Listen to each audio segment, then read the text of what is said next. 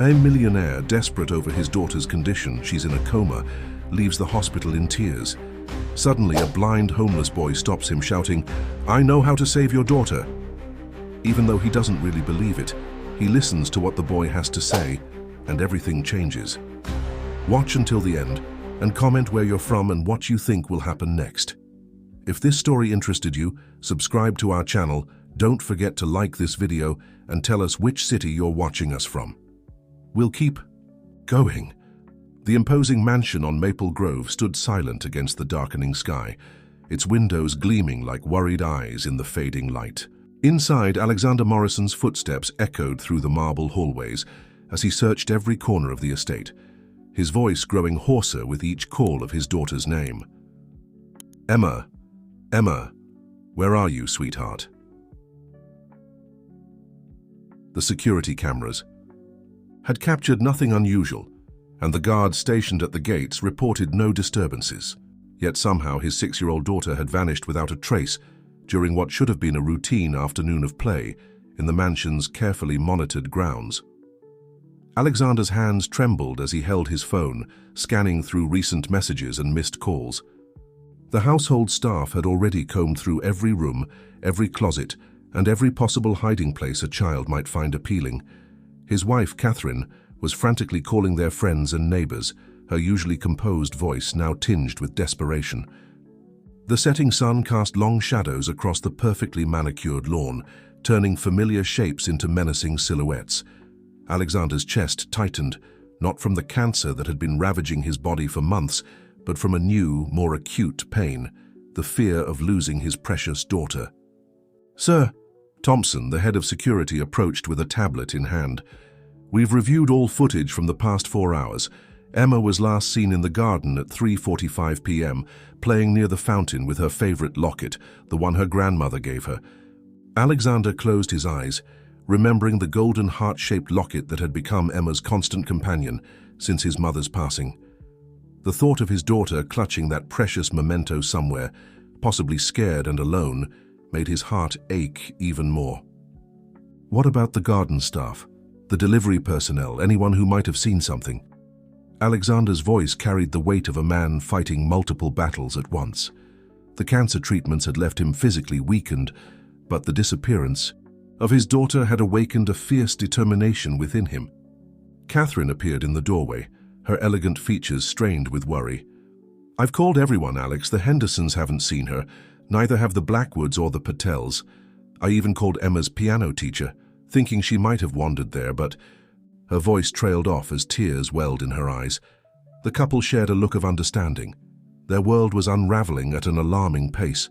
Just months ago, they had been the picture of success. Alexander's technology company was revolutionizing renewable energy. Their charitable foundation was making real changes in the community, and their family bonds seemed unshakable. Now, with Alexander's illness and Emma's disappearance, everything felt precarious. "I'm going out to look for her," Alexander announced, grabbing his car keys. Catherine stepped forward to protest, concern evident in her expression. "Alex, you're not strong enough. The doctors said..." "I don't care what the doctors said." His voice softened as he saw her flinch. "I'm sorry, love, but I can't sit here and wait. Emma needs us. She's out there somewhere, and I'm going to find her." As if sensing his determination, Thompson stepped forward. "Sir, I've already dispatched teams to cover the surrounding areas. We have people checking the park, the community center, and all the places Miss Emma frequently visits." Alexander nodded, but his mind was already racing through possibilities. There was something about this situation that nagged at him, a detail he couldn't quite grasp. The security system was state-of-the-art, the staff was thoroughly vetted, and Emma knew better than to leave the grounds alone. A quiet buzz from his phone drew his attention. The number was unknown, but Alexander's heart leaped. Perhaps it was news about Emma. Instead, the screen displayed a text message that made his blood run cold. "Remember when you said everything you touched turned to gold, Alex? Let's see if that includes finding what's precious to you." The message was unsigned, but Alexander didn't need a signature to recognize the implied threat. His mind immediately went to Marcus Blackwood, his former business partner. Their falling out had been bitter, with Marcus accusing Alexander of stealing his ideas and cutting him out of the company's success. But surely even Marcus wouldn't stoop so low as to involve an innocent child. "Alex," Catherine's voice pulled him back to the present. "What is it?" He quickly pocketed the phone, unwilling to share this new burden with his already distraught wife. "Nothing important. I'm going to check the church. You know how Emma loves sitting in the garden there watching the butterflies." The mention of the church brought a flicker of hope to Catherine's eyes. Indeed, their family had always found solace within those sacred walls, especially since Alexander's diagnosis. Emma, in particular, had developed a special attachment to the place, often speaking of the peace she felt there. The streets of the city took on an eerie quality as Alexander's car glided through the twilight. Each passing streetlight cast alternating patterns of light and shadow across his face, highlighting the toll that months of chemotherapy had taken on his once robust features. Yet determination burned in his eyes, pushing back the physical exhaustion that threatened to overwhelm him. His mind wandered to the mysterious text message, its words echoing with malicious intent. Marcus Blackwood had once been more than just a business partner. He had been a friend, someone Alexander had trusted implicitly. Their partnership had started 15 years ago in a small garage, both of them driven by the dream of creating sustainable energy solutions that could change the world. The success of their first prototype had exceeded all expectations, attracting attention from major investors. But as the company grew, so did the tensions between them. Marcus had become increasingly paranoid, convinced that Alexander was deliberately sidelining him. The final break came when Marcus accused Alexander of stealing his revolutionary battery design, a claim that had no basis in reality, but had poisoned their relationship beyond repair. As Alexander approached the church, memories of happier times flooded his mind. This was where he and Catherine had married, where Emma had been baptized, and where their family had found strength during his cancer diagnosis. The stone building stood as a testament to endurance, its spire reaching toward the heavens like a finger pointing to hope itself. The church grounds were quiet at this hour, but a warm light spilled from the stained glass windows, indicating someone was inside. Alexander's heart quickened as he parked his car and hurried toward the entrance, his footsteps crunching on the gravel path.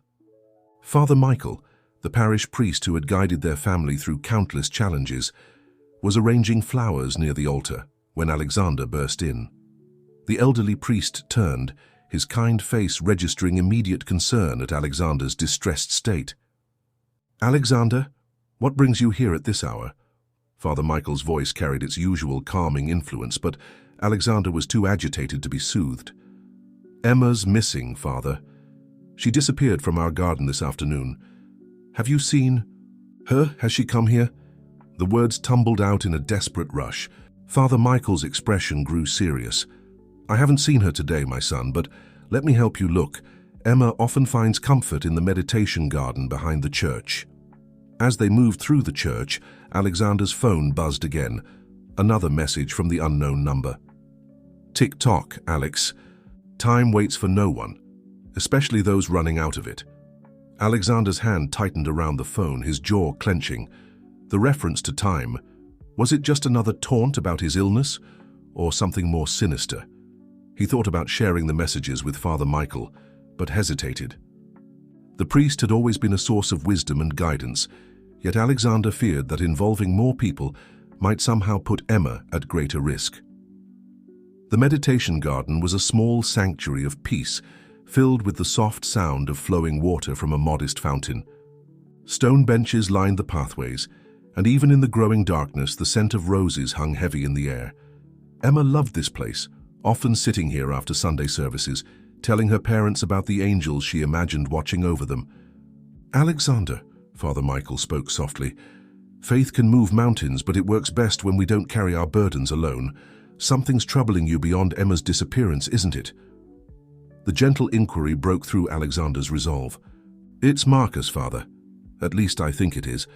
I've been receiving messages, threatening ones. He never forgave me for what he believes I did to him." Father Michael's expression remained compassionate, but grew concerned. Marcus Blackwood?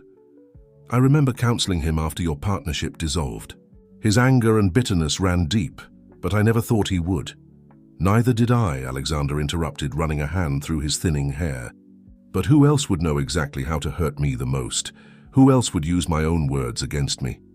The priest placed a steadying hand on Alexander's shoulder. The past has a way of casting long shadows, my son. But remember, even in our darkest moments, light finds a way to break through.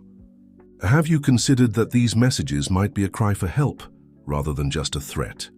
Alexander hadn't thought of it that way. Marcus had been more than just angry when their partnership ended. He had been broken, devastated by what he perceived as the ultimate betrayal. The loss of their friendship had affected Alexander deeply as well, though he'd rarely admitted it, even to Catherine. A sudden gust of wind stirred the garden, carrying with it the distant sound of bells.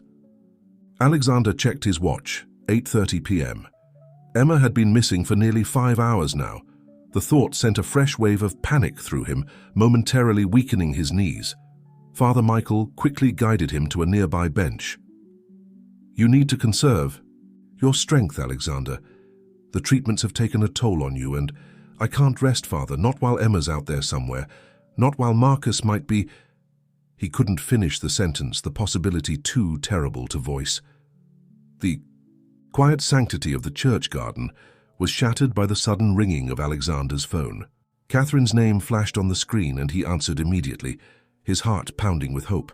Alex, Catherine's voice trembled. Mrs. Henderson just called. She thinks she saw Emma near the community center about an hour ago. She was with someone, but it was too dark to see clearly. Alexander exchanged glances with Father Michael, who nodded in understanding. I'm heading there now, he told Catherine, already moving toward his car.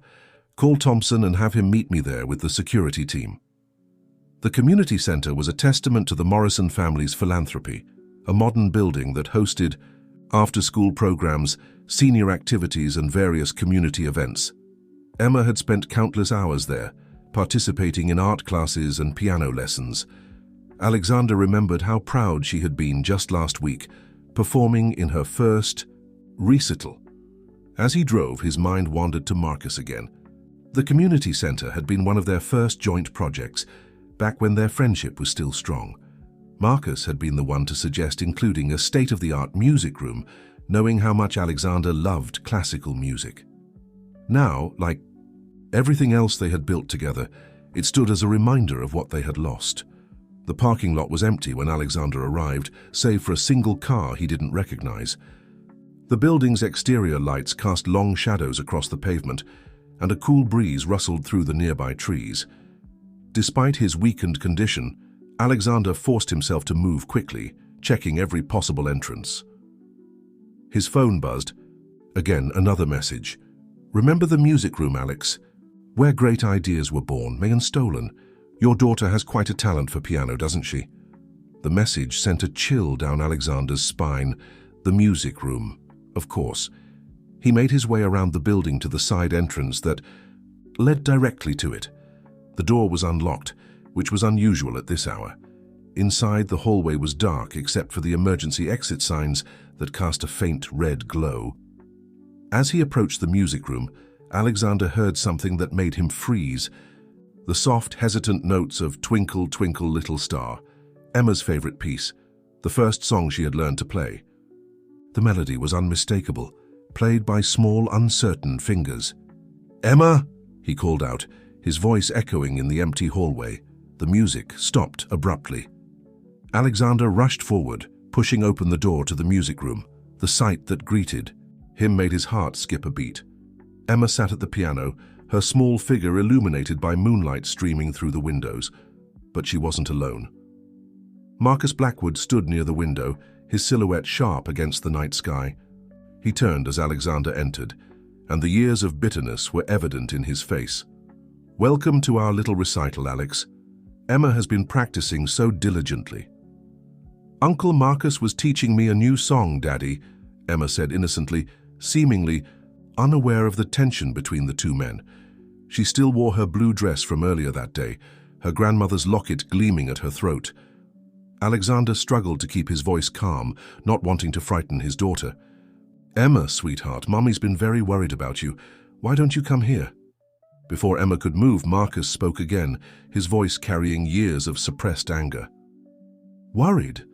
Like you were worried about my future when you stole my designs? Like you were worried about my family when you pushed me out of the company? That's not what happened, Marcus. And you know it," Alexander replied, taking a careful step forward. "The patent office confirmed that the designs were original work. Your claims were investigated thoroughly." Marcus laughed bitterly. "Investigations can be bought, Alex. You taught me that. Money can buy anything. Patents, loyalty, even miracle cures." He glanced meaningfully at Alexander's gaunt frame. "How's the treatment going, by the way? Still believing in miracles?" The jab about his illness stung, but Alexander kept his focus on Emma, who was watching the exchange with growing confusion. "This isn't about me or you, Marcus. It's about an innocent child who should be home with her family." "Family?" Marcus spat the word like it tasted bitter. "You destroyed mine. My wife left me after the scandal. My own children barely speak to me anymore, all because you couldn't share the glory, could you? Everything had to be about Alexander Morrison, the brilliant innovator, the generous philanthropist." Marcus spoke. Emma quietly slid off the piano bench and took a few steps toward her father. Alexander could see tears forming in her eyes, and his heart ached. This was exactly what he had always tried to protect her from, the ugly side of business, the betrayals and bitter endings that could poison even the strongest friendships. Thompson's voice suddenly crackled through the building's intercom system. "Mr. Morrison, we've secured the building's perimeter. Is everything all right in there?" The announcement seemed to deflate Marcus. He looked at Emma, then back at Alexander, and something shifted in his expression. For a moment, Alexander caught a glimpse of his old friend, the man who had once held Emma as a baby, who had helped baptize her, who had been like a brother to him. The tension in the music room hung heavy as moonlight filtered through the windows, casting long shadows across the grand piano. Emma stood between the two men, her small hands clutching her grandmother's locket, her eyes darting between her father and the man she had always known as Uncle Marcus. "I just wanted to show her the new piano," Marcus said quietly, his voice losing its earlier edge.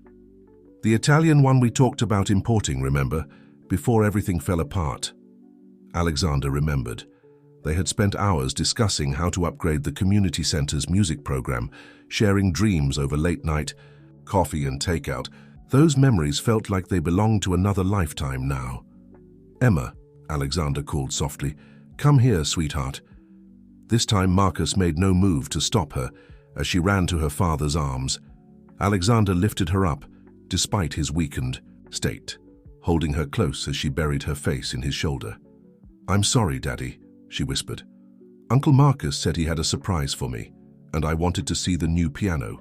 I didn't mean to make everyone worried." Alexander stroked her hair, fighting back tears of relief. "It's okay, Princess. You're safe now. That's all that matters." He looked at Marcus over Emma's head, seeing the conflict playing across his former friend's face. Thompson's voice came through the intercom again. "Mr. Morrison? Should we come in?" "No," Alexander responded firmly, surprising both Marcus and himself. "Everything's under control. Give us a few minutes." Marcus moved away from the window, sinking onto the piano bench. "I never meant to frighten her, Alex. Or you. I needed you to understand, to feel what I felt when everything was taken away from me."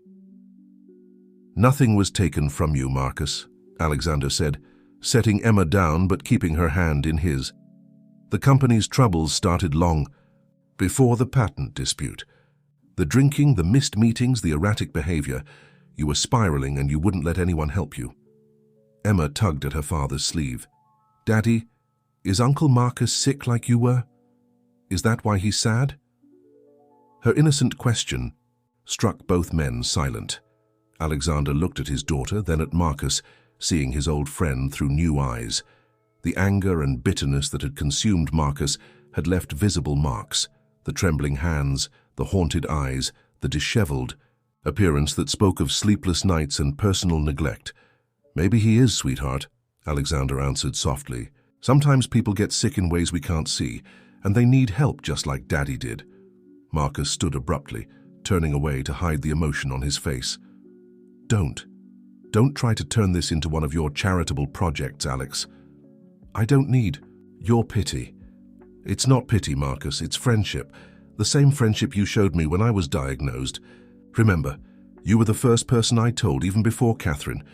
You held me while I cried in your office, terrified of leaving Emma fatherless. The words seemed to pierce through Marcus's carefully constructed wall of resentment. His shoulders slumped, and when he turned back, tears were streaming down his face. "I remember. I also remember praying every night for your recovery, even after everything." Emma released her father's hand and walked over to Marcus, reaching up to touch his wet cheek. "Don't cry, Uncle." "Marcus, Daddy says God always listens when we pray. That's why he's getting better." Marcus caught her small hand in his, and for a moment the years of bitterness seemed to melt away. "Your daddy's right, Emma. God does listen. I forgot how to listen back." Alexander took a tentative step forward. "It's not too late, Marcus. The company, the patents, none of that matters compared to what we're losing. Our friendship, our families, the legacy we wanted to build together." "I don't know how to fix it," Marcus admitted, his voice barely above a whisper. "I've made such a mess of everything." "Then let's start here," Alexander suggested, reaching out his hand. "Not as business partners, but as the friends we used to be. The men who dreamed of changing the world, not for profit, but for people like Emma. The next generation who'll inherit whatever we leave behind." A long moment passed as Marcus stared at the offered hand. Emma watched with bated breath, still holding her locket. Finally, Marcus reached out and clasped Alexander's hand, and something profound passed between them, an understanding that transcended words. "I need help, Alex," Marcus admitted, his voice breaking. "I've been lost for so long I forgot who I was before the anger took over." "Then let's find you again," Alexander replied, squeezing his hand. "Together. Father Michael has been asking about you, you know. He never gave up hope that you'd find your way back to the church, to our community." Emma's face lit up. "Can Uncle Marcus come to my next piano recital? I'm learning Amazing Grace. It's Grandma's favorite hymn." The simple request brought fresh tears to both men's eyes. Marcus knelt down to Emma's level, gently touching the locket at her throat. "Your grandmother was a wise woman, Emma. She always said that grace was God's way of giving us second chances. I think I'm finally ready to accept mine." Farisisi. Drive back home was filled with a delicate silence, broken only by Emma's soft humming from the back seat. Alexander's hands gripped the steering wheel tightly, his mind racing with the events of the evening. Thompson followed in another car, maintaining a respectful distance while ensuring their safe return. Catherine was waiting at the front door. When they arrived, her elegant composure cracking as she ran down the steps to embrace Emma. "My baby!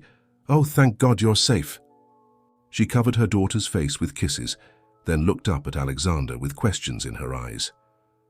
"Let's get inside," Alexander suggested gently. "Emma needs her rest, and we have much to discuss." Once Emma was tucked safely in bed, clutching her favorite stuffed rabbit and still wearing her grandmother's locket, Alexander and Catherine retreated to his study. The room, with its rich leather furnishings and walls of books, had always been their sanctuary for difficult conversations. "It was Marcus," Alexander began, watching his wife sink into her favorite armchair.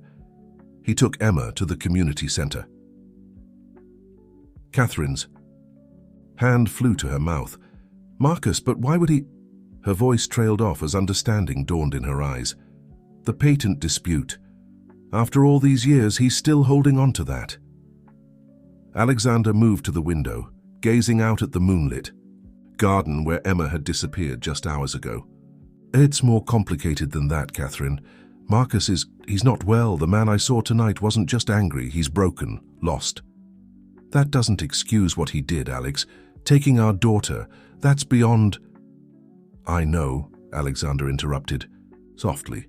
Believe me, I know, but seeing him tonight, watching him with Emma, I couldn't help but remember the Marcus who stood beside me during our wedding, who cried when Emma was born, who held me up when I received my diagnosis.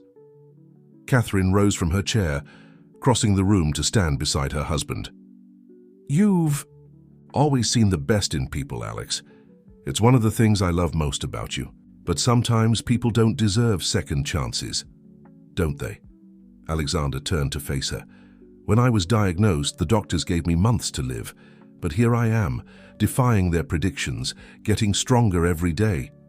If I can get a second chance at life, doesn't Marcus deserve one at redemption?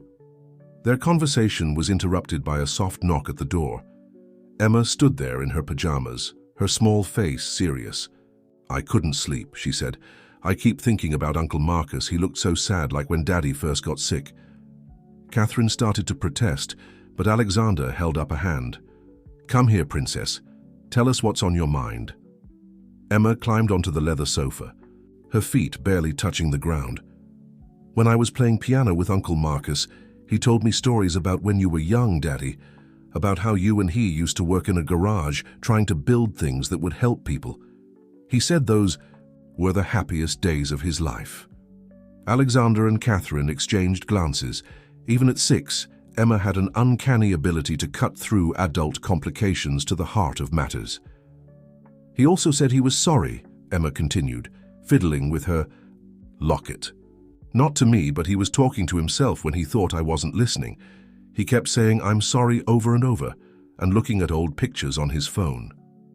Catherine sat beside her daughter, stroking her hair. What kind of pictures, sweetheart? Pictures of him and Daddy at my baptism, and at Christmas parties, and at the hospital when I was born. He was crying when he looked at them. That's when I started playing Twinkle Twinkle to make him feel better. Alexander felt a lump form in his throat. The Marcus that Emma described was the friend he remembered, not the bitter man who had emerged after their falling out. Perhaps his daughter's innocent perspective saw what adults, clouded by years of resentment and misunderstanding, had missed. Catherine, he said slowly, I want to invite Marcus to dinner tomorrow night. His wife's eyes widened in surprise. Alex, are you sure that's wise? After what happened today, not just Marcus, Alexander continued, Father Michael too, and Thompson and his wife, like a family dinner, like we used to have before everything fell apart. Emma's face lit up. Can I play the piano for everyone? I've been practicing my new songs. That's exactly what I had in mind, Princess, Alexander smiled. Music has a way of healing wounds that words can't touch. Catherine looked between her husband and daughter, her expression softening. You really believe in this second chance, don't you, both of you? I believe in miracles, Alexander replied simply. My recovery, Emma's safe return, these aren't just coincidences. Maybe this is our chance to help Marcus find his way back, not just to us, but to himself. As if to underscore his words, the evening breeze carried the distant sound of church bells through the study's open window. Emma closed her eyes, listening. Grandma always said those bells were God's way of reminding us he's still awake, watching over everyone. Alexander pulled his daughter close, breathing in the sweet scent of her hair. The night's events had shaken him deeply, but they had also revealed something profound. Sometimes the greatest acts of faith weren't grand gestures or dramatic declarations, but simple moments of forgiveness offered when it seemed impossible to forgive. The next evening arrived with a nervous energy that filled the Morrison mansion. The dining room gleamed with polished silver and crystal, while delicate flower arrangements, Emma's special project with the gardener, adorned the center of the table. Catherine had overseen every detail, though Alexander noticed her hands, trembling slightly as she adjusted the place settings one final time. Everything looks perfect, he assured her, catching her hand in his, just like the old days. She squeezed his fingers, managing a small smile. I just hope we're doing the right thing, Alex. Marcus seems repentant now, but people don't change overnight. No, Alexander agreed, they don't. But they can begin to change in a single moment of grace. Emma's excited voice rang through the house. "They're here! Father Michael's car just pulled up!" The elderly priest arrived first, his kind face beaming as Emma rushed to greet him. He carried a small package wrapped in brown paper. "A little something for our pianist," he said with a wink, handing it to Emma. "New sheet music for your practice." Thompson and his wife Sarah arrived next, bringing warmth and easy conversation to the growing gathering. As head of security, Thompson had been more than just an employee to the Morrisons. He and Sarah had become part of their extended family over the years. The arrival they all anticipated most came last. Marcus stood at the doorway looking uncomfortable in a suit that seemed slightly too large for his frame. He held a bouquet of white roses and a bottle of sparkling cider. "I remembered you can't drink alcohol during treatment," he said awkwardly, offering the bottle to Alexander. "And the roses, they're for Catherine," a poor attempt at an apology. Catherine stepped forward, accepting the flowers with grace that brought tears to Marcus's eyes. "They're beautiful, Marcus, thank you." Emma broke the tension by grabbing Marcus's hand. "Come see the piano, Uncle Marcus. Father Michael brought me new music to learn." The adults followed the child's lead into the living room, where the grand piano stood as a silent witness to countless family gatherings. Emma proudly displayed her new sheet music, a collection of hymns arranged for beginning pianists. "Would you help me with this one?" she asked Marcus, pointing to Amazing Grace. The left-hand part looks tricky. Marcus looked to Catherine and Alexander for permission before sitting beside Emma on the piano bench. His hands, when they touched the keys, were steadier than they had been the night before. "Remember what I taught you about chord progressions?" he asked Emma. "This piece follows the same pattern we practiced." As uncle and niece worked through the melody together, Alexander noticed Father Michael watching with tears in his eyes. The priest had known them all for so long, had witnessed their highest and lowest moments, had counseled them through victories and failures. "Dinner is served," announced Mrs. Powell, their longtime housekeeper, and the group moved to the dining room. The seating arrangement, Alexander noticed, had been carefully planned by Catherine. Marcus between Father Michael and Thompson, with Emma across from him where she could see her uncle but remained close to her parents. Before the meal began, Father Michael raised his hands for grace. "Lord, we thank you for this gathering of family and friends, for the healing of bodies and spirits, for the restoration of bonds we thought were broken. Bless this food and these hands that join together. Once again, amen." "Amen," the group echoed, and Alexander noticed Marcus's voice crack on the word. The conversation during dinner flowed more easily than anyone had expected. Thompson shared stories about Emma's adventures in the garden, making everyone laugh, with his impression of her botanical experiments. Sarah discussed the community center's upcoming musical program, skillfully drawing Marcus into a conversation about expanding their instrumental education initiatives.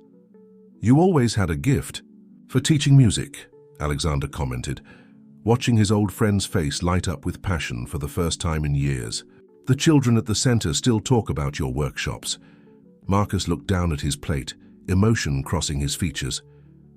"I've missed it. Teaching, mentoring, being part of something bigger than myself. After everything that happened, I convinced myself I didn't deserve to be part of any of it anymore." "The door has always been open," Father Michael said gently. "Both at the church and at the center. God's grace doesn't have an expiration date, my son." Emma, who had been listening intently, suddenly spoke up. "Does this mean Uncle Marcus can teach at the center again? He promised to help me learn Beethoven." The two adults exchanged glances, and Alexander felt Catherine's hand find his under the table. This was the moment of truth, the first real test of their commitment to reconciliation. "Well," Alexander said slowly, "we have been discussing expanding the music program. It would be a shame to waste all that experience and passion, wouldn't it?" The hope that blazed in Marcus's eyes was almost painful to witness. "You would trust me after everything?" "Trust, like healing, comes in small steps," Catherine answered, her voice firm but kind. "We start with dinner. We move forward with music lessons.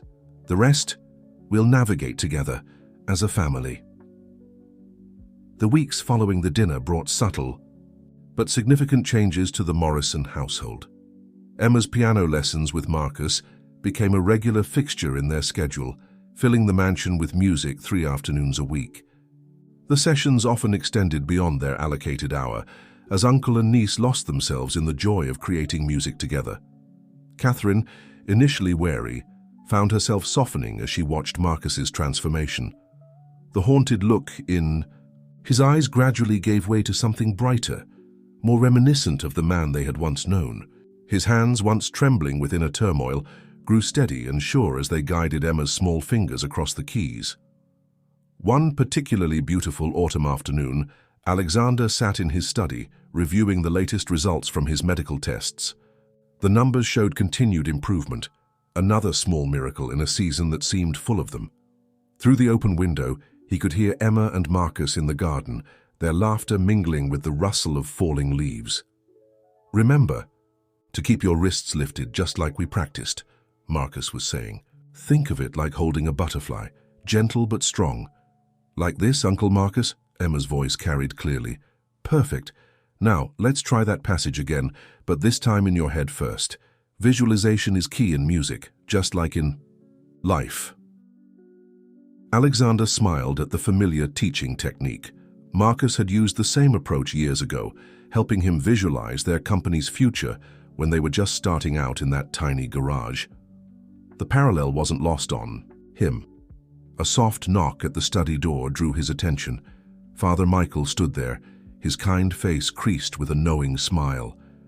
"I hope I'm not interrupting?" "Never," Alexander welcomed him warmly. "Come in. I was just listening to the music." "Lesson." The priest settled into one of the leather chairs, his eyes drifting to the medical reports on Alexander's desk. "Good news, I trust?" "Very good," Alexander confirmed. "The doctors are calling it remarkable progress. They can't explain it, but the treatment is working better than anyone expected." "The power of faith, hope, and love," Father Michael mused. "Speaking of which, how is our prodigal friend doing?"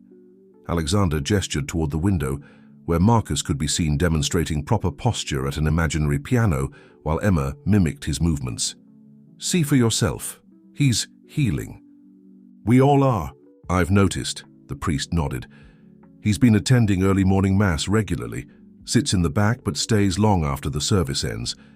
Sometimes I find him just sitting there, looking at the stained glass windows, as if finding answers, in the colored light." "Has he spoken to you about his family?"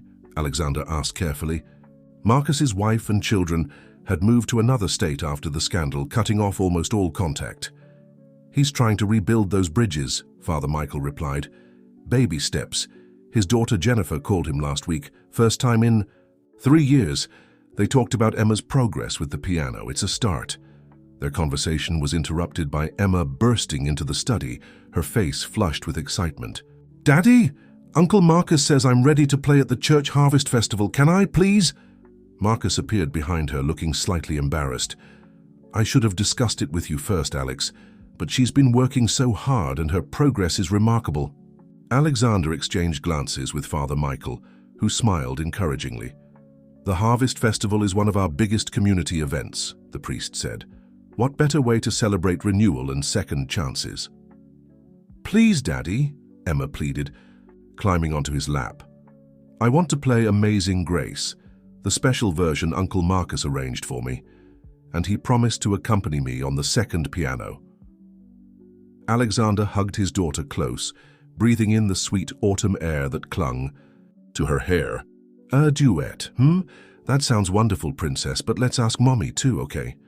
Catherine's voice came from the doorway, where she had been listening unnoticed. "I think it's a beautiful idea." She stepped into the study, moving to stand beside Marcus. "Both of you performing together. It would mean a lot to the community." Marcus blinked rapidly, emotion clouding his eyes. "I don't know if I deserve—" "Stop," Catherine interrupted gently. "No more of that. Your family, Marcus. You always were. We just lost sight of that for a while." Emma, sensing the weight of the moment, reached for her locket. "Grandma always said music is God's way of helping us say things when words aren't enough." The adults exchanged glances, touched by the child's wisdom. Father Michael cleared his throat, clearly moved. Your grandmother was a wise woman, Emma, and she would be very proud of all of us right now. Then it's settled, Alexander declared, his voice firm with conviction.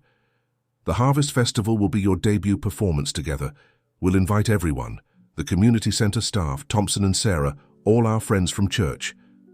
And Jennifer, Marcus asked hesitantly, do you think, would it be appropriate to invite my daughter?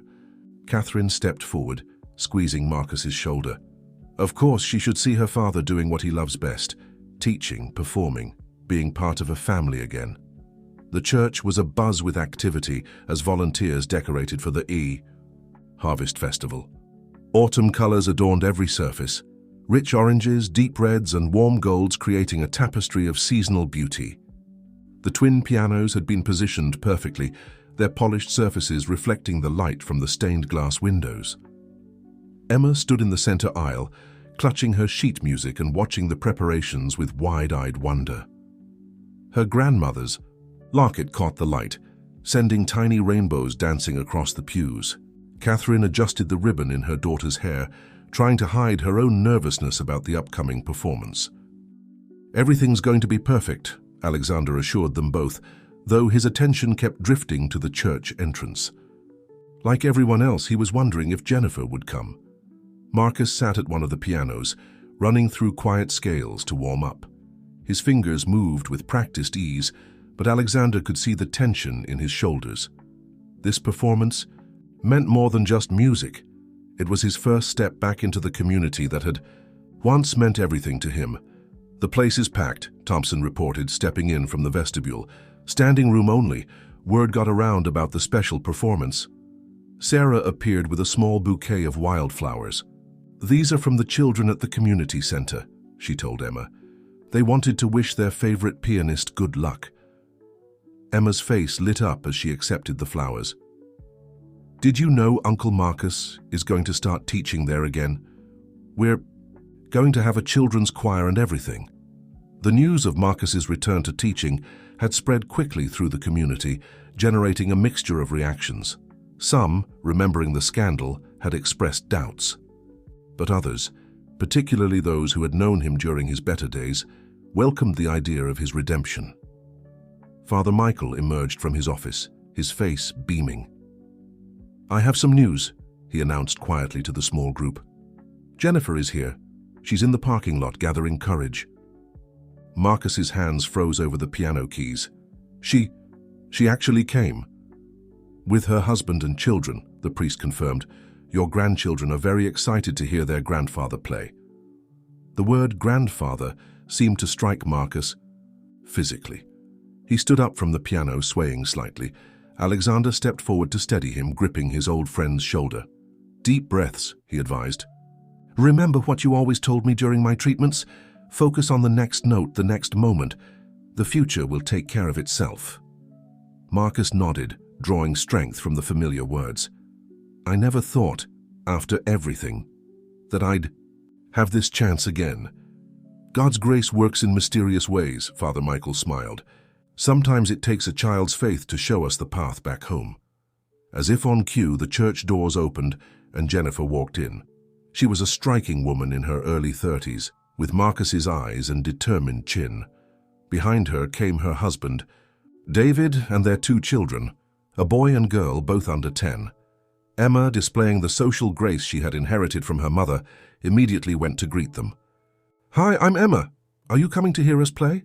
Uncle Marcus arranged Amazing Grace specially for me. Jennifer's composure wavered at the child's warm welcome. Hello, Emma. Yes, we're here to listen. I used to play piano too, when I was your age. Really? Emma's eyes lit up. Did Uncle Marcus teach you too? The simple question created a moment of profound silence. Jennifer looked at her father, who stood frozen by the piano, years of regret and hope written across his face. Yes, Jennifer said softly. He was my first teacher, the best teacher. Marcus took a hesitant step forward. Jenny, Dad, she acknowledged, her voice thick with emotion. Her children, sensing the weight of the moment, pressed closer to her sides. Emma, still holding her wildflowers, did what came naturally to her. She took Jennifer's hand and led her to the piano. Uncle Marcus added extra parts to the song so more people can play together. Maybe you could join us. The suggestion, offered with a child's innocent optimism, broke through the last barriers of formality. Jennifer let out a sound that was half laugh, half sob. "Oh, sweetheart," she managed. "I haven't played in years." "The heart never forgets," Marcus said quietly. "You used to say that, remember? When you were struggling with a difficult piece." Jennifer turned to face her father fully. "I remember everything, Dad, the good and the bad. But being here now, seeing you with Emma, teaching again, maybe it's time to remember the good more than the bad." The Harvest Festival performance began as the autumn sun painted the church's stained glass windows in brilliant hues. The pews were filled with familiar faces from the community, all gathered to witness what had become more than just a musical recital. It was a celebration of healing and reunion. Emma sat at the first piano, her small frame straight and confident, just as Marcus had taught her. Her grandmother's locket caught the light as she positioned her hands over the keys. Marcus took his place at the second piano, while Jennifer, after a moment's hesitation, stood nearby, ready to turn pages for her father. Alexander and Catherine sat in the front row, hands clasped tightly together. Thompson and Sarah were beside them, along with Jennifer's husband David and their children. Father Michael stood near the altar, his gentle presence adding an air of blessing to the occasion. "Ready, Princess?" Marcus asked softly. Emma nodded, her face serious with concentration. "Ready, Uncle Marcus." The first notes of Amazing Grace filled the church, Emma's young fingers finding the melody with careful precision. The arrangement Marcus had created was masterful, simple enough for his young student to manage, yet rich with harmonies that spoke of deeper meanings. As the first verse ended, Marcus's piano joined in, his accompaniment wrapping around Emma's melody like a protective embrace. The two instruments spoke to each other, sharing a conversation of faith and grace that needed no words to be understood.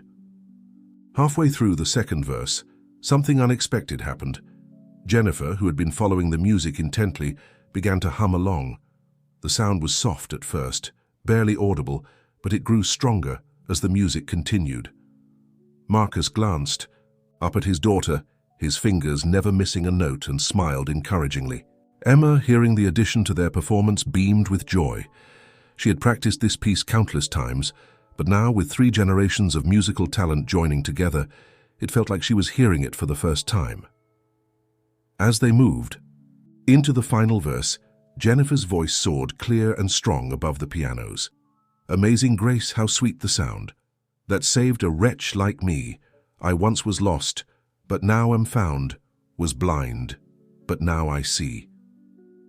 The words seemed to touch every heart in the church. Catherine wiped tears from her eyes, while Alexander held her close, his own eyes glistening. Even Thompson, usually stoic and professional, was visibly moved.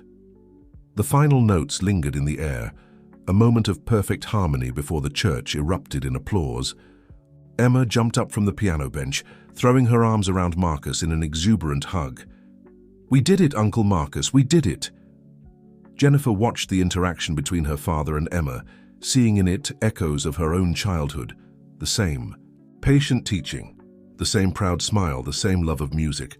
Her own children were clapping enthusiastically, their eyes wide with newfound admiration for their grandfather. Father Michael stepped forward to address the congregation. "Music, they say, is the language of angels. Today, we have been blessed to hear that language speak of healing, of forgiveness, and of love that transcends all barriers." The priest's words sparked something in Jennifer. She turned to her father, who was still holding Emma in a celebratory embrace. "Dad," she said, her voice trembling slightly, Would you be willing to teach Tommy and Sarah? They've been asking for piano lessons, and I can't think of anyone better." Marcus looked at his grandchildren, then back at his daughter, hardly daring to believe what he was hearing. "You'd trust me with that?" "I trust the man I see before me now," Jennifer replied softly. "The one who arranged this beautiful piece for Emma, who's found his way back to music and faith. The father I remember from my own childhood. Alexander stepped forward, placing a hand on Marcus's shoulder. The community center has plenty of room for more students. Perhaps we could expand the program, create opportunities for more children to discover the joy of music. A family legacy, Catherine added, smiling at Emma, who was now showing Jennifer's children how to play a simple scale, teaching the next generation about harmony, both in music and in life. Marcus watched his grandchildren crowding around the piano with Emma, their small hands experimentally touching the keys. A legacy, he repeated thoughtfully, not of patents or profits, but of something far more valuable. Jennifer slipped her arm through her father's. Remember what you always used to say. Music has the power to heal what words cannot touch. I remember. Marcus nodded, his voice thick with emotion. I just never imagined it would heal my own heart in quite this way. The church was gradually emptying, but the Morrison family, now expanded to include the reunited Blackwoods, lingered by the pianos. Emma was teaching Jennifer's children the beginner's version of Twinkle, Twinkle, Little Star, while their mother watched with tears of joy in her eyes. The days following the Harvest Festival brought a new rhythm to the Morrison mansion. The sound of multiple pianos could be heard throughout the week as Marcus's teaching schedule expanded to include not only Emma, but also his grandchildren, Tommy and Sarah. The music room, once Alexander's quiet retreat, had become a bustling center of activity and joy. One particularly memorable afternoon, Alexander sat in his doctor's office, receiving news that seemed almost too good to be true. His latest scans showed remarkable improvement. The aggressive cancer that had once threatened to cut short his time with his family was responding to treatment in ways that defied medical explanation. I've never seen anything quite like it, Dr. Richards admitted, reviewing the results. The combination of treatments is working far better than we could have hoped. Your body's response is, well, some might call it miraculous. Alexander thought of the prayers that had filled the church during his darkest days, of Emma's unwavering faith, and of the healing power of music and reconciliation that had transformed their lives. Miracles come in many forms, Doctor, he replied simply. When he shared the news at home, the celebration was immediate and joyful. Emma insisted on playing a special Thanksgiving piece she had been practicing in secret with Marcus. Catherine held her husband close, tears of gratitude streaming down her face. And Marcus, who had arrived for the afternoon's lessons, stood quietly in the corner, his own eyes wet with emotion. God works in mysterious ways, Father Michael said later that evening when the family gathered for a special dinner of Thanksgiving. Sometimes the path to healing requires us to heal others first. Jennifer, who had started joining her children for their lessons, nodded in agreement. When I think about how close we came to losing all of this, the music, the family connections, the faith that binds us together, but we didn't lose it, Emma piped up, her small voice full of conviction. We found it again, just like in the song, I once was lost but now am found. The adults exchanged knowing smiles at the child's simple wisdom. Marcus reached over to touch his granddaughter Sarah's hand as she practiced her finger positions on the dinner table. Some things skip a generation, he observed quietly. Sarah has the same natural talent you had, Jenny.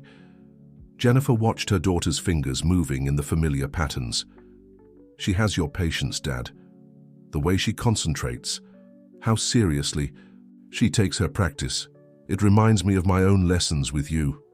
Thompson, who had become a regular at these family gatherings, raised his glass of sparkling cider. To second chances, he proposed, and to the power of faith, family, and forgiveness. And to music, Emma added earnestly, making everyone laugh. Later that evening, as the autumn moon rose over the mansion's gardens, Alexander found Marcus in the music room, sitting quietly at the piano. The sheet music for Amazing Grace still rested on the stand, its pages marked with Emma's careful notations. Penny for your thoughts? Alexander asked, settling into a nearby chair. Marcus ran his fingers lightly over the keys, not pressing hard enough to make a sound. I was just thinking about that night in the community center, when everything could have gone so terribly wrong. How did you find it in your heart to forgive me, Alex? Perhaps the better question is, how could I not? Alexander replied. You were suffering, Marcus. Lost in a darkness of your own making, yes, but suffering nonetheless. And if my illness has taught me anything, it's that healing often requires help from others. Your daughter taught me that, Marcus admitted. Her pure faith, her uncomplicated love. It was like looking into a mirror and seeing all my mistakes reflected back at me, but without judgment, just acceptance and hope. The sound of laughter drifted in from the garden, where Emma was showing her cousins. It felt natural now to think of Tommy and Sarah that way, how to catch fireflies in the early evening light. Catherine and Jennifer sat on the patio, their heads close together in conversation, while their husbands discussed plans for expanding the community center's music program. Look at them, Alexander said softly. This is the real legacy we're building now. Not technology patents or business empires, but family, connection, love. Marcus nodded, finally pressing a key on the piano. The note rang out clear and true in the quiet room. A different kind of harmony, he agreed. One that can't be stolen or disputed. One that grows stronger with each generation. The community center buzzed with new energy as autumn deepened into winter. What had started as private piano lessons for Emma and the Blackwood children had blossomed into something much larger. Marcus's reputation as a gifted teacher spread quickly, and soon the music program had a waiting list of eager young students. Alexander watched from the doorway of the newly renovated music room as Marcus conducted a children's choir practice. The scene before him would have been unimaginable just months ago. His former business partner, once consumed by bitterness, now stood surrounded by young voices raised in joyful song. It's amazing how things have changed, Catherine said softly, joining her husband.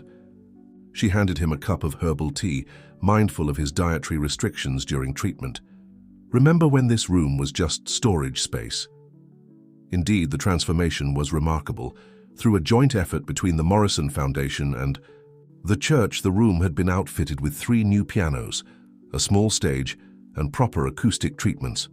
Photos of student performances lined the walls, with Emma and the Blackwood Children's Harvest Festival debut given pride of place. Uncle Marcus, Emma's voice carried across the room as she burst in, waving a sheet of paper. Look what Father Michael gave me. It's music for the Christmas program. Marcus paused the choir practice, accepting the sheet music with a smile. The Hallelujah Chorus. That's quite ambitious, Princess. But we can do it, right? Emma's eyes shone with determination. You always say that with faith and practice anything is possible. Jennifer, who had taken to assisting with the younger students' lessons, shared an amused look with her father. She certainly inherited the Morrison determination, didn't she? And the Blackwood musical talent, Alexander added, making Marcus beam with pride. The choir practice resumed, this time with Emma joining in. Her clear voice blended with the others, creating harmonies that filled the room with warmth despite the winter chill outside. Alexander found himself leaning against the doorframe for support, overcome not by weakness but by gratitude. Catherine noticed immediately, her hand finding his. Are you all right? More than all right, he assured her. Just thinking about how close we came to losing all of this. Not just the music program, but our family, our faith, not everything. Their conversation was interrupted by Thompson, who approached with an unusual expression on his face. Mr. Morrison, there's someone here to see Marcus. It's Rebecca. The name hung in the air like a suspended note. Rebecca, Marcus's ex-wife, Jennifer's mother, who had severed all ties with the family after the scandal. Alexander felt Catherine's hand tighten in his. Marcus had heard Thompson's announcement. He stood frozen at the piano, his fingers hovering over the keys. The children, sensing the sudden tension, fell silent. Jennifer was the first to move. Mom here? In the doorway stood an elegant woman in her early 60s, her silver-streaked hair pulled back in a neat bun. She clutched her handbag tightly, her eyes taking in the scene before her. The choir of children, her ex-husband at the piano, their daughter among the teachers. I saw the article, Rebecca said quietly.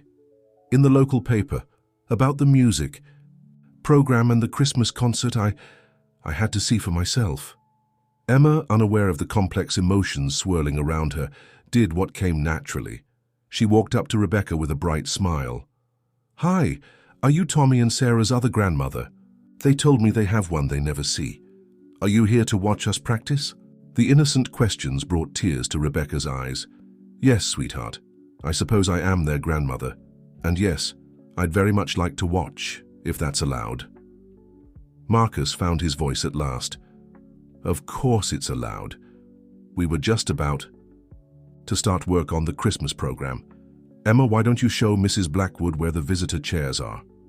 As Emma led Rebecca to a seat, Alexander watched the subtle interactions unfold.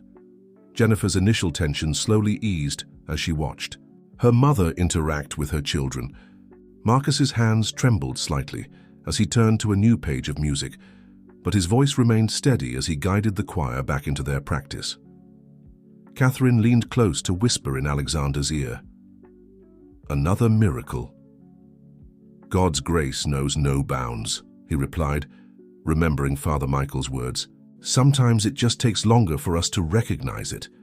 The choir began again, their young voices lifting in song. Rebecca sat straight in her chair, her eyes never leaving Marcus as he conducted. There was something in her expression, a mixture of regret, wonder, and perhaps a touch of hope. Emma, ever observant, noticed Rebecca wiping away tears during a particularly beautiful passage. Without missing a note in her singing, she reached over and took the older woman's hand, offering the same unconditional acceptance that had helped heal her Uncle Marcus's heart. Snow fell softly outside the church windows as the Christmas program rehearsals entered their final week.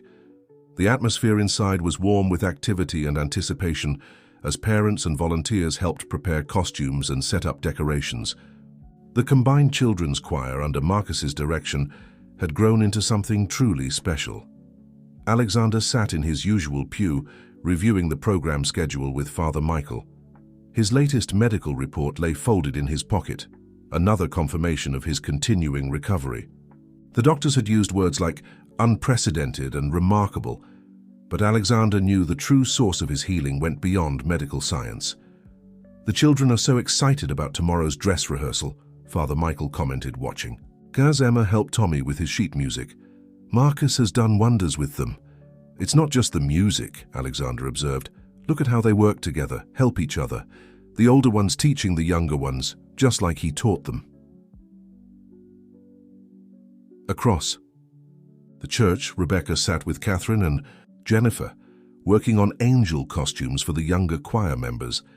The three women had developed an unexpected rapport over the past few weeks, finding common ground in their shared love for the children and their pride in the program's success. "Mom," Jennifer called out, "what do you think about adding silver ribbons to the wings?" Rebecca looked up from her sewing, her face softening as she watched her grandchildren practicing their parts. "Silver would be lovely. It reminds me of the costume you wore for your first Christmas pageant, Jenny. Do you remember?" "The one." "Dad stayed up all night helping you finish?" Jennifer smiled at the memory. "How could I forget?" Marcus, who had been making notes on his conductor's score nearby, glanced up at the conversation. His eyes met Rebecca's for a moment, sharing the memory. Something passed between them, not the bitter pain of their broken marriage, but the gentler ache of remembering happier times. Emma, ever attuned to the emotional currents around her, chose that moment to make an announcement. "Uncle Marcus, I think we're ready to try the special arrangement." The special arrangement had been Emma's idea, a surprise addition to the program that combined amazing grace with traditional Christmas carols. Marcus had helped her develop it, incorporating parts for every age group in the choir, from the youngest beginners to the most advanced students. "Are you sure, Princess?" Marcus asked, though his eyes twinkled with pride. "It's pretty challenging." "We've been practicing extra," Emma assured him, gesturing to her fellow choir members. "Even Tommy can do the hard part now." Alexander watched as Marcus gathered the children, positioning them carefully in their sections. The youngest ones, including Emma, stood in front, while the older students created rising tiers behind them. The arrangement mirrored the way Marcus had been teaching them, each group supporting and lifting up the others. Ready? Marcus raised his hands, and the church filled with music. The melody began with a single clear voice, Emma's, singing the first line of Amazing Grace. Then, like a gentle snowfall, other voices joined in, each adding its own unique texture to the harmony.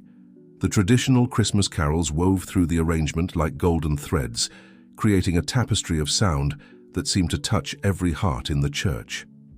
Rebecca pressed a hand to her mouth, tears flowing freely now. Jennifer reached for her mother's hand, while Catherine slipped an arm around them both. Alexander felt his own eyes growing wet as he watched his daughter singing, her grandmother's locket catching the light from the stained glass windows. Father, Michael leaned close to whisper, "You know, when you first told me about inviting Marcus back into your lives, I prayed for healing. But God's grace has exceeded even my hopes." "He does tend to do that," Alexander smiled, thinking of his own miraculous recovery, the restoration of broken relationships, the new bonds formed through music and faith. The special arrangement reached its climax, all voices joining together in perfect harmony. Marcus conducted with fluid grace, his face transformed by joy. Gone was the bitter, angry man who had taken Emma to the community center that fateful night. In his place stood a maestro, a teacher, a father and grandfather, a man restored to his true self through love, forgiveness, and the healing power of music. As the final notes faded away, Emma turned to beam at her family, all of her family, gathered in the church. Her small hands still clutched her sheet music, but her face shone with something far more precious than perfect performance, the pure, unshakable faith of a child who had never stopped believing in miracles. Christmas Eve arrived with a gentle snowfall that turned the church grounds into a winter wonderland. Inside, the excitement was palpable as the children prepared for their evening performance. The pews were already filling with parents, grandparents, and community members, all eager to witness the fruits of Marcus's dedicated teaching. In the small choir room, Emma stood before a mirror, adjusting her grandmother's locket over her white choir robe. Catherine helped arrange her daughter's hair, while nearby, Rebecca was straightening Tommy and Sarah's collars with grandmother's precision. "Are you nervous, sweetheart?" Catherine asked, noting Emma's unusual quietness. "Not nervous," Emma replied thoughtfully. "Just thinking about last Christmas when Daddy was so sick he couldn't come to church. And now," she smiled at her reflection, "now everything's different." Alexander appeared in the doorway, looking healthier than he had in months. The latest round of treatment had gone exceptionally well, and his doctors had officially moved. His prognosis from guarded to optimistic. He caught Emma's eye in the mirror and winked. "Someone's looking very angelic," he teased, making his daughter giggle. Marcus bustled in, his arms full of sheet music. 10 minutes, everyone. Emma, is your special surprise ready?" The special surprise had been weeks in the making, a solo piece Emma had been practicing in secret, with help from both Marcus and Jennifer. Only a handful of people knew about it, and the anticipation added an extra layer of excitement to the evening. "Ready, Uncle Marcus?" Emma's eyes sparkled with confidence. Jennifer appeared with the last-minute preparations for the younger children. "Mum, could you help with Sarah's sash? It keeps coming undone." The easy way Jennifer referred to her mother marked how far they'd come in the past weeks. Rebecca moved to help her granddaughter, her experienced hands making quick work of the stubborn sash. The simple domestic moment carried the weight of years of separation, finally bridged. "I keep thinking about your first Christmas performance," Rebecca said softly to Jennifer. "You were about Sarah's age. Your father was so nervous he nearly forgot to start the music." Marcus looked up from his sheet music, a fond smile crossing his face. "I remember. You were in the front row, mouthing all the words along with her." "And now here we are," Jennifer said, glancing around the room at their expanded family. "Full circle." Father Michael appeared in the doorway, his face beaming. "It's time, everyone. The church is full to bursting." The children lined up in their practiced order, with Emma at the front beside Tommy and Sarah. Alexander watched as Marcus gave last-minute instructions, his manner calm and encouraging. The bitter businessman who had once been consumed by revenge was gone, replaced by a man who had found his true calling in nurturing young talent and rebuilding family bonds. As the choir processed into the church, a collective murmur of appreciation rose from the congregation. The children's white robes seemed to glow in the candlelight, and their faces shone with anticipation. Marcus took his place at the piano, while Jennifer positioned herself to turn pages. The program began traditionally enough, with familiar carols that had the congregation smiling and nodding along. But as the evening progressed, the musical selections grew more complex and meaningful. Marcus had arranged each piece to showcase not just the children's voices, but their growing confidence and ability to work together. From his seat in the front pew, Alexander watched Emma's face as she sang. Her expression reminded him of the night she had disappeared, not the fear and confusion, but the pure faith that had ultimately led them all to healing. Her small hands still reached occasionally for her grandmother's locket, but now the gesture spoke of connection rather than loss. Catherine leaned close to whisper, "She looks so much like your mother right now, that same quiet strength." Alexander nodded, unable to speak past the lump in his throat.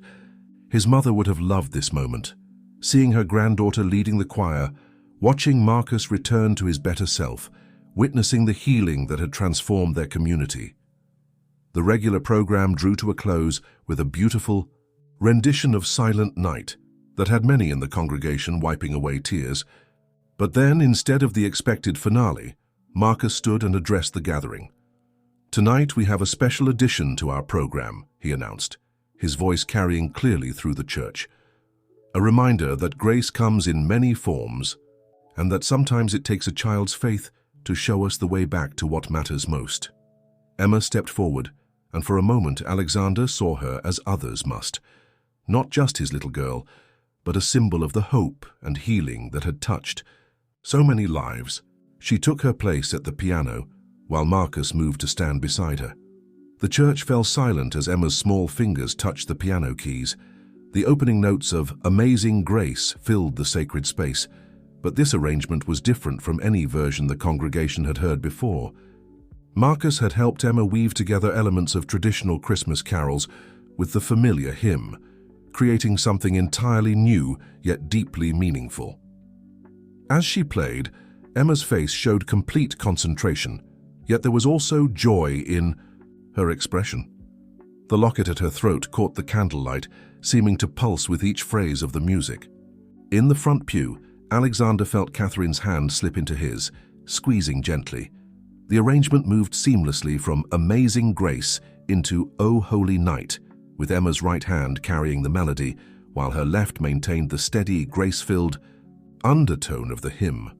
Marcus stood beside her, not conducting but simply watching with pride as his student demonstrated how far she had come. Halfway through the piece, Jennifer quietly joined in with her voice, adding another layer to the performance.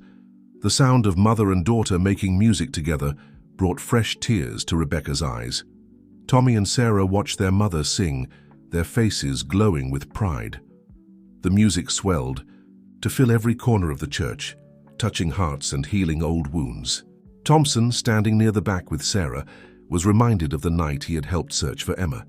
The fear and uncertainty of that evening seemed distant now, transformed by the grace that had flowed into all their lives. Father Michael, watching from near the altar, saw more than just a gifted child performing. He saw the physical manifestation of prayers answered, Alexander's improving health, Marcus's redemption, families reunited, and faith restored. Each note seemed to carry the weight of these miracles, yet rose effortlessly toward heaven. As Emma's piece drew to a close, she added one final surprising element. The melody transformed into Silent Night, but with amazing grace still, weaving through it, creating a musical tapestry that spoke of both the Christmas miracle and the everyday miracles that had blessed their community. The final notes lingered in the air, and for a moment, no one moved or spoke. Then Emma turned on the piano bench and smiled at her family, all of her family, gathered in the front pews.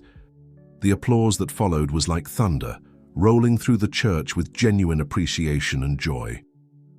Marcus helped Emma stand and take a proper bow, his own eyes glistening with tears. Jennifer hurried forward to embrace her daughter, while Rebecca reached for her grandchildren's hands. The boundaries that had once divided them seemed to dissolve in the wake of Emma's music. Alexander made his way to the piano, gathering his daughter in his arms. "That was beautiful, Princess," he whispered. "Grandma would have been so proud." "She knows," Emma said with certainty, touching her locket. "She's been helping all along." Father Michael stepped forward to address the congregation. "Tonight, we have witnessed more than just a musical performance. We have seen the power of faith, love, and forgiveness to transform lives. Through the pure heart of a child, we have been reminded that grace surrounds us always, if only we have eyes to see and ears to hear." The priest's words resonated through the church, touching hearts that had been opened by Emma's music. In the candlelight faces shone with tears and smiles, reflecting the joy of the season and the deeper joy of healing and reunion. Marcus stood quietly beside the piano, his hand resting on its polished surface. The instrument that had once been his refuge in bitterness had become a bridge to reconciliation. He felt Jennifer's arm slip through his, and then Rebecca stepped closer, completing their family circle. "The children's choir has really flourished under your direction," Rebecca said softly. "You've found your calling again." "We all have," Jennifer added, watching as Emma showed Tommy and Sarah something on the piano keys. "Found our way back to what matters most." Alexander and Catherine joined them, and soon others from the congregation gathered around, offering congratulations and sharing in the moment. The church rang with conversation and laughter, with plans for future performances and promises to keep in touch. Emma remained at the piano, playing snippets of Christmas carols as younger children gathered around her. She had inherited not just her grandmother's locket, but also the gift of bringing people together, of seeing the best in others, of believing in miracles even when they seemed impossible. The Morrison mansion sparkled with lights on New Year's Eve, its windows glowing warmly against the winter night. Inside, the atmosphere was festive yet intimate, as both the Morrison and Blackwood families gathered to welcome the coming year together. The grand piano in the living room had become the heart of the celebration, with various family members taking turns playing throughout the evening. Currently, Jennifer and Marcus were performing a duet they had practiced in secret, their fingers dancing across the keys in perfect synchronization. Alexander stood by the fireplace, watching the scene with quiet contentment. His latest medical checkup had brought the best news yet. His doctors were now using the word remission with increasing confidence. Catherine stood beside him, her head resting on his shoulder as they listened to the music. "Remember last New Year's Eve?" she whispered. "We were so afraid it would be our last together." Alexander squeezed her hand. "God had other plans for us, it seems." Emma sat cross-legged on the floor near the piano, teaching Tommy and Sarah a hand-clapping game while they waited for their turn to perform. The three children had grown inseparable over the past months, bound together by music and the simple acceptance that seemed to come naturally to the young. Rebecca, who had been helping Mrs. Powell arrange refreshments, paused to watch her ex-husband and daughter play. The bitterness that had once clouded her features was gone, replaced by a gentle melancholy that spoke more of gratitude for what had been restored than regret for what was lost. "They're amazing together, aren't they?" Father Michael commented, joining Alexander by the fireplace. The priest had become such a regular part of their extended family that his presence at private gatherings felt completely natural. "It's like watching the past heal itself," Alexander replied. "Every time they play together, another piece falls back into place." The duet came to an end and appreciative applause filled the room. Emma immediately bounced up, pulling Tommy and Sarah with her. "Our turn. We practiced a special song for the midnight." Marcus laughed, moving to make room for the children at the piano. "Did you now, and who's been helping you with this secret practice?" "Thompson," Emma announced proudly, making the security chief blush from his position near the door. "He knows lots about music, Did you know he used to play in a band? This revelation brought surprised chuckles from the adults. Thompson shrugged good-naturedly. College days. Nothing as sophisticated as what these young virtuosos are learning. The children arranged themselves on the piano bench, with Emma in the middle. Their small hands hovered over the keys as they exchanged conspiratorial glances. Then, to everyone's delight, they began playing a medley of songs about new beginnings and fresh starts. They chose all the songs themselves, Thompson explained quietly to Alexander. Emma said they wanted music that talked about second chances, because that's what this year has been about. Catherine wiped tears from her eyes as she recognized the tunes Morning Has Broken, Brand New Day, and finally, their own special arrangement of Amazing Grace. The children played with the unself-conscious joy that made their occasional wrong notes seem charming rather than jarring. Marcus moved to stand beside Rebecca, and after a moment's hesitation, she allowed him to take her hand. It wasn't a gesture, of romantic reconciliation, but rather an acknowledgement of the journey they had shared and the new path they were forging as friends and grandparents. Jennifer leaned against her husband David's shoulder, watching their children perform. "Mom," she called softly, "remember how you used to record all my recitals? Maybe we should start doing that again for the grandkids." Rebecca's face lit up at the suggestion. "I still have all those old tapes. Perhaps we could watch them together sometime. Show the children where their musical heritage comes from." "I'd like that," Marcus said quietly. "All of it. The good memories and the hard ones, they're all part of our story." The grandfather clock in the hall began to chime, indicating that midnight was approaching. Emma and her cousins finished their performance to enthusiastic applause, then rushed to the windows to watch for any early fireworks from the city. "Make a wish," Emma called out as the clock struck 12. "Grandma always said New Year wishes are special because they're about hope."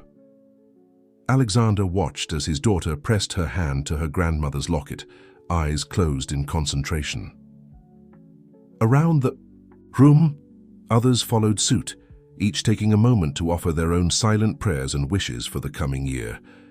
As the first minutes of the new year ticked by, the families gathered in the Morrisons' living room found themselves sharing stories and dreams in the warm firelight.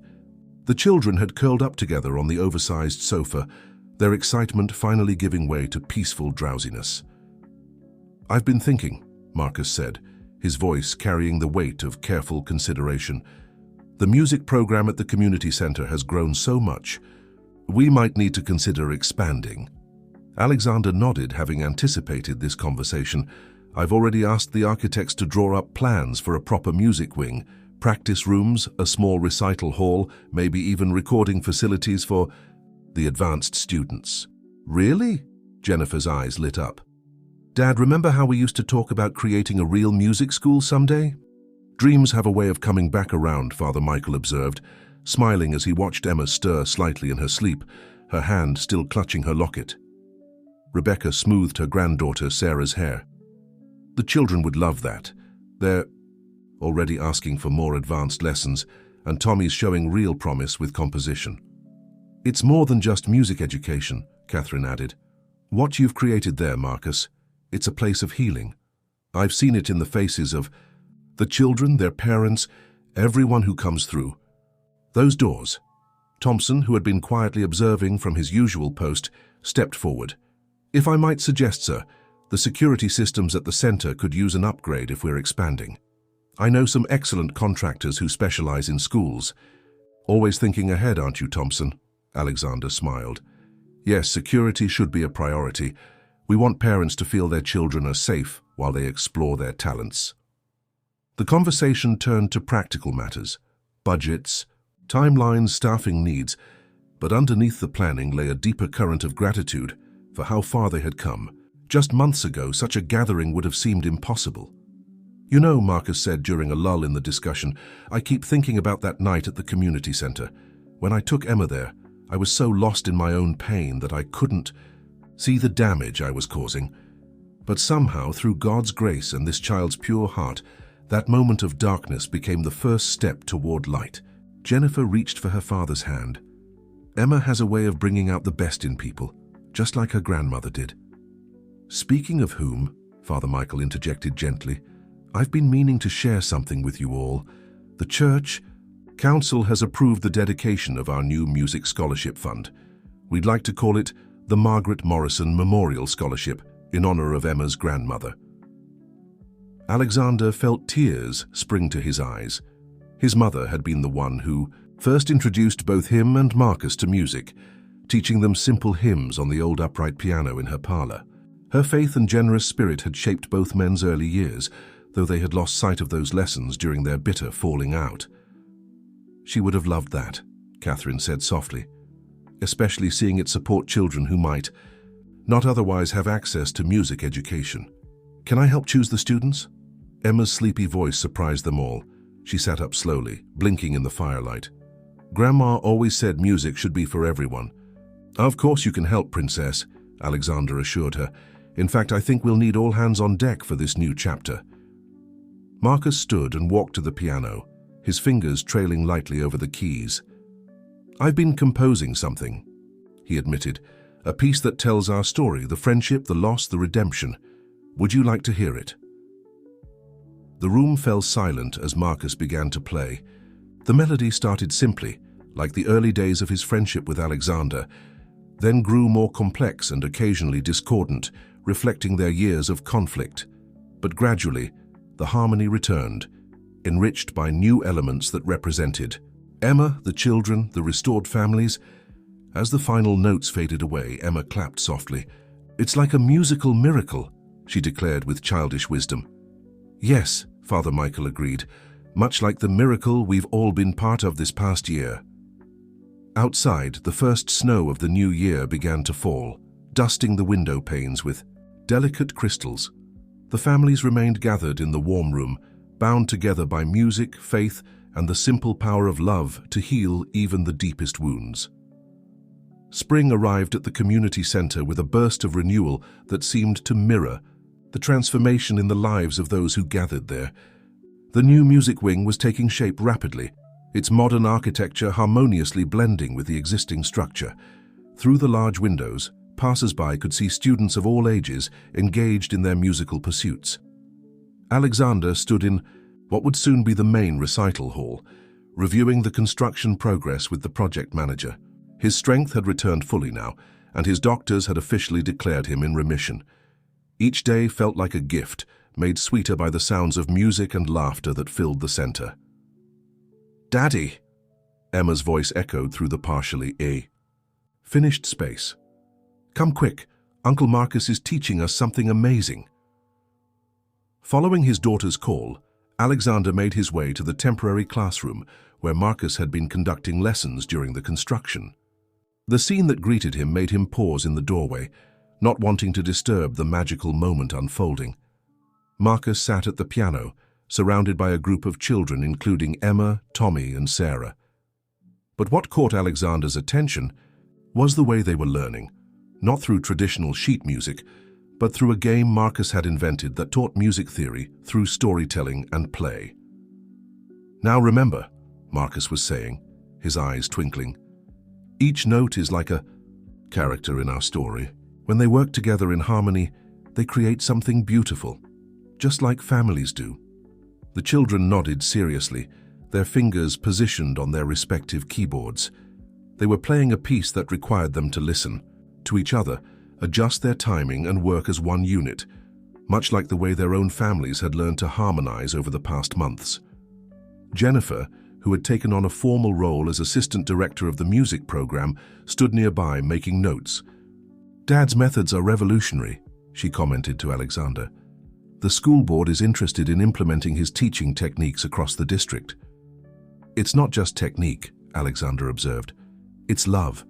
He's teaching them about life, through music. Rebecca appeared with a tray of refreshments for the children, having taken on the role of program coordinator with enthusiasm. Her organizational skills and attention to detail had proven invaluable as the center expanded. The contractors say the recording studio will be ready next week, she reported, just in time for the spring showcase. The spring showcase had become the talk of the community. Students from all levels would be performing, but the centerpiece would be a special composition that Marcus had written, featuring Emma, Tommy, and Sarah. The piece told the story of their family's journey through music, though only those who knew the full story would recognize all the subtle references woven into the melody. "Have you seen today's paper?" Thompson asked, approaching with the local gazette. "There's a wonderful article about the program." Alexander scanned the headline, "Community Center's Music Program Transforms Lives, a Symphony of Second Chances." The article detailed not just the educational aspects of the program, but also its impact on families and the broader community. They interviewed some of the parents, Thompson continued. The stories they shared about how the program has helped their children, it's quite moving. A burst of perfect harmony drew their attention back to the lesson. The children had mastered the challenging passage they'd been practicing, their faces glowing with achievement. Marcus beamed with pride, while Emma reached instinctively for her grandmother's locket, a gesture that had come to symbolize moments of special significance. "You know," Marcus said, turning to the adults, "I've been thinking about Margaret a lot lately. She always said that music was God's way of reminding us that broken things can be made beautiful again." "Like your special piece for the showcase?" Emma asked eagerly. "Exactly like that, Princess," Marcus smiled. "Every discord resolves into harmony, just as every challenge in life can lead to something wonderful if we have faith and persevere."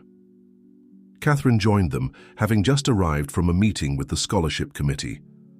"Speaking of the showcase," she said, "Father Michael has some news. The church board has approved funding for 10 full scholarships, in addition to the ones the foundation is providing." The news brought smiles all around. The Margaret Morrison Memorial Scholarship would ensure that any child who wanted to learn music would have the opportunity, regardless of their family's financial situation. "We should celebrate," Jennifer suggested. "Maybe a special dinner." The children could perform their new piece for the family. "Actually," Emma piped up, "we have another surprise we've been working on. Right, Uncle Marcus?" Marcus nodded, his expression softening. "The children have composed something themselves. A thank you gift, they call it, for all of us." "It's about miracles," Tommy added seriously, "because Grandpa says what happened to our family was a miracle." "And about love," Sarah chimed in, "because that's what fixed everything." Alexander felt Catherine's hand slip into his as they watched the children return to their keyboards, ready to share their creation. The simple wisdom of their young hearts never ceased to amaze him, how they could distill complex adult situations into pure, fundamental truths. The children's composition began softly, like a prayer whispered in the early morning light. Emma led the melody, her small fingers moving with growing confidence across the keys, while Tommy and Sarah added harmonies that seemed to dance around the main theme like rays of sunshine. The adults listened in amazed silence as the piece unfolded. It was simple yet profound, carrying echoes of the songs that had marked their journey. Amazing Grace, the Christmas carols, the hymns that had sustained them through difficult times. But there was something new here too, something that spoke of hope and future possibilities.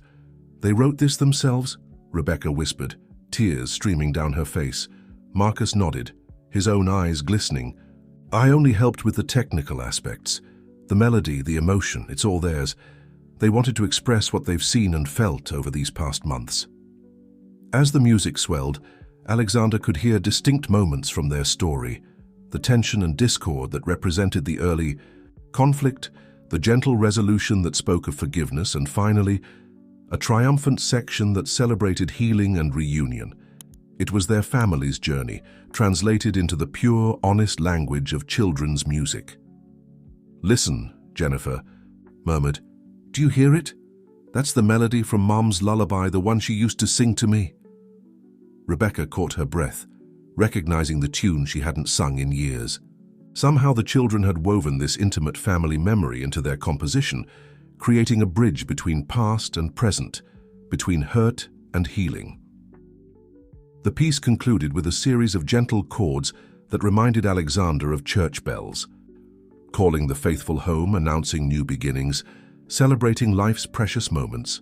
As the final notes faded away, Emma turned to face her family, her face glowing with accomplishment. "Did you like it?" she asked earnestly. We wanted to make something that would help everyone remember how love can fix broken things. Catherine was the first to move, gathering all 3 children in a warm embrace. It was beautiful, darlings. Absolutely beautiful. More than beautiful, Marcus added, his voice thick with emotion. It's a testimony, a reminder of God's grace and the power of forgiveness. Father Michael, who had arrived quietly during the performance, stepped forward. I couldn't help but notice, he said warmly, how your piece follows the pattern of salvation, from discord to harmony, from separation to reunion. You've created quite a theological statement through music. The children exchanged pleased glances, though they didn't fully understand the priest's words. For them, the music was simply their way of expressing love and gratitude for their restored family. We have another surprise too, Emma announced, reaching for her ever-present locket. Show them, Uncle Marcus. Marcus moved to his briefcase and withdrew a stack of sheet music. The children insisted that we write down their composition properly. They want to share it with other families, other children who might need reminding about the power of love and forgiveness. We're calling it the Miracle Song, Tommy explained seriously.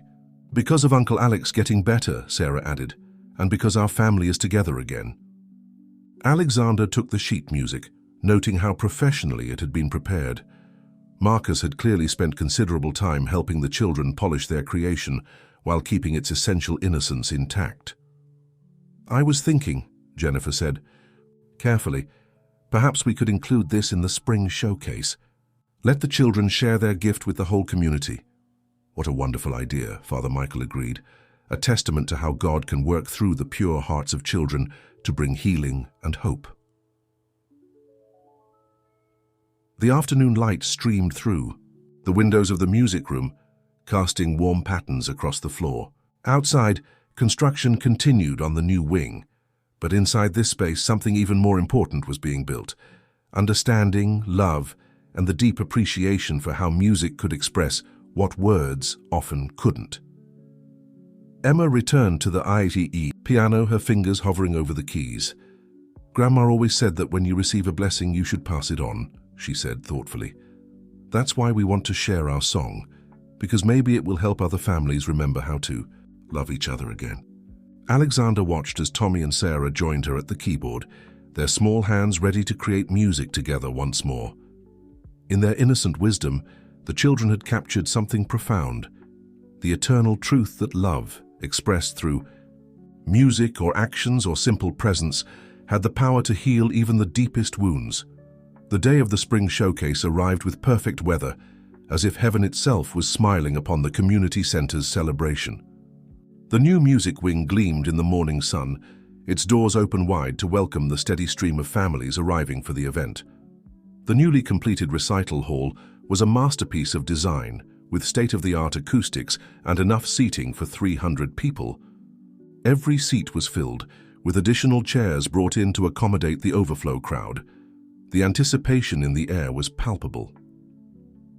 Backstage, Emma adjusted her grandmother's locket one final time, while Catherine helped straighten her dress. The other young performers were also preparing, their excited whispers filling the green room with nervous energy. Remember, Marcus told the assembled students, music comes from the heart. Just share what's in your hearts today, and everything will be perfect. The showcase began with performances from the beginning students. Each one met with enthusiastic applause from the supportive audience. As the program progressed, the pieces grew more complex, demonstrating the depth and breadth of the center's music education program.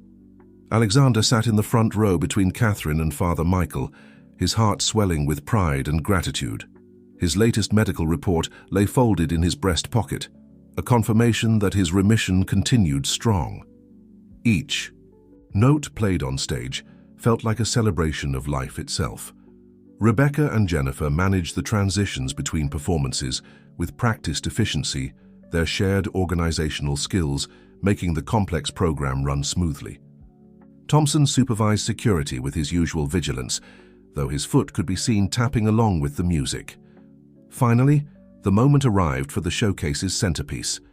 Marcus stepped onto the stage to introduce the special performance.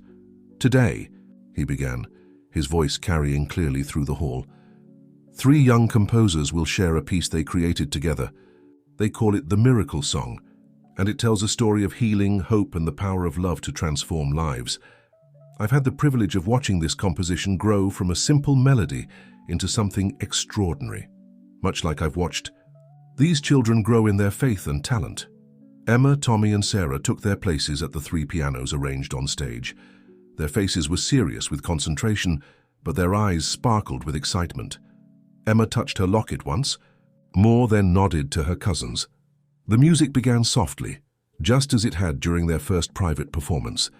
But in this space, with its perfect acoustics and appreciative audience, the piece seemed to take on new life. The children played with confidence and joy, their small hands creating something larger than themselves. In the audience, Alexander noticed tissues being passed around as people recognized the familiar hymns and melodies woven throughout the children's composition. The story told through their music was universal. The journey from discord to harmony, from separation to reunion, from brokenness to healing. Jennifer clutched her mother's hand as they recognized the lullaby segment, while Marcus watched, his grandchildren with undisguised pride. The moment transcended mere performance. It was a testimony to the power of forgiveness and the triumph of love over bitterness. As the final notes faded away, there was a moment of profound silence. Before the audience erupted in a standing ovation, Emma, Tommy, and Sarah stood together, holding hands as they took their bow, their faces glowing with achievement. Marcus joined them on stage, presenting each child with a bouquet of flowers. But Emma had one more surprise planned. She stepped to the microphone, her voice clear and confident. "We have something else to share," she announced. "Uncle Marcus helped us make copies of our song, and we're giving them to everyone here today, because Grandma always said that when you receive a blessing, you should pass it on." Ushers began distributing professionally printed copies of the Miracle Song to the audience. The sheet music included not just the notes, but also the story behind the composition, told in the children's own words.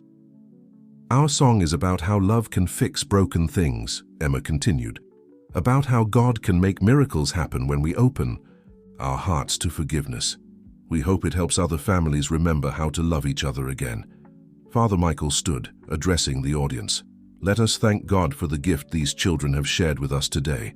Their music reminds us that faith, hope, and love can transform even the darkest moments into opportunities for grace." The applause that followed wasn't just for the performance.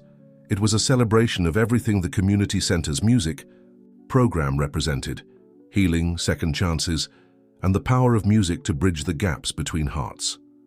After the showcase, the families gathered in the community center's garden, where spring flowers bloomed in celebration of new beginnings. Tables had been set up for a reception, and the air was filled with conversation, laughter, and the occasional burst of impromptu music from excited students. Emma sat with her cousins at a small table near the fountain, their sheet music spread out before them as they planned future compositions. The success of their performance had inspired them to dream bigger, to imagine more ways they could share their message of hope and healing. Alexander stood with Catherine, watching their daughter excitedly explain musical notation to a group of younger children who had gathered around their table. "She's so much like my mother," he said softly. "That same gift for bringing people together through music." Marcus approached, carrying certificates for the children. "The school board was impressed," he reported. "They want to implement our teaching methods in all the district's music programs. Jennifer's already working on a curriculum." Rebecca joined them, her organizational skills evident in the smooth running of the reception. "The Margaret Morrison Memorial Scholarship applications are pouring in," she added. "We'll be able to help so many children discover the joy of music and healing," Father Michael noted, stepping into their circle. "What you've created here goes far beyond music education. It's a ministry of reconciliation, using notes and harmonies to touch hearts and restore relationships."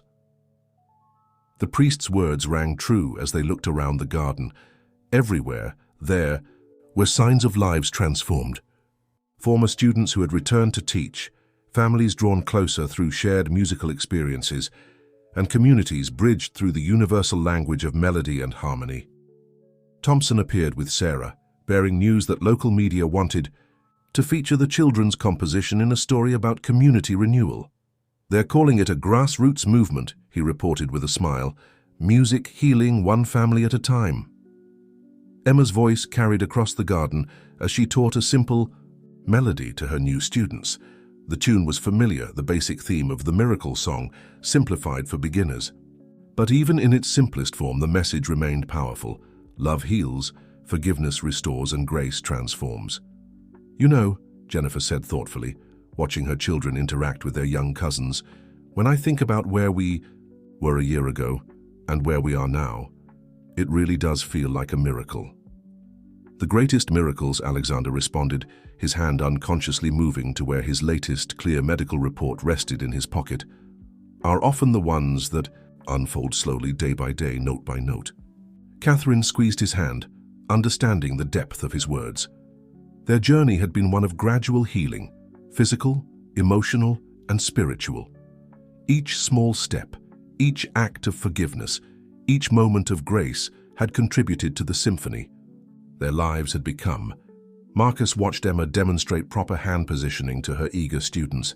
"She has the gift," he said softly, "not just for music, but for seeing the best in people, for believing in miracles even when they seem impossible." "Faith like a child," Father Michael quoted. "Perhaps that's why Jesus told us to become like little children. They understand truths that we adults sometimes forget, that love is stronger than anger, that forgiveness is more powerful than revenge, that grace can transform any situation." As the evening drew to a close, Emma gathered her cousins for one final impromptu performance. The three children returned to the pianos, their hands poised over the keys. But instead of the Miracle Song, they began playing something new, a piece that spoke of future hope, of continued healing, of love that grows stronger with each passing day. Alexander held Catherine close as they listened to their daughter play. The music filled the garden, drifting up toward the evening sky like a prayer of thanksgiving. In that moment, he understood with perfect clarity that their story wasn't ending. It was just beginning. Each day would bring new opportunities for grace, new chances to share the healing they had received, new ways to pass on the miracle of love that had transformed their lives. Emma's locket caught the last rays of the setting sun, sending tiny rainbows dancing across the keys. The children played on, their music a testament to the enduring power of faith, the healing touch of grace, and the infinite capacity of love to restore what was broken and make it beautiful again. And so their symphony continued, each day adding new notes to the endless song of life, love, and redemption that echoed through their hearts and out into a world hungry for hope and healing.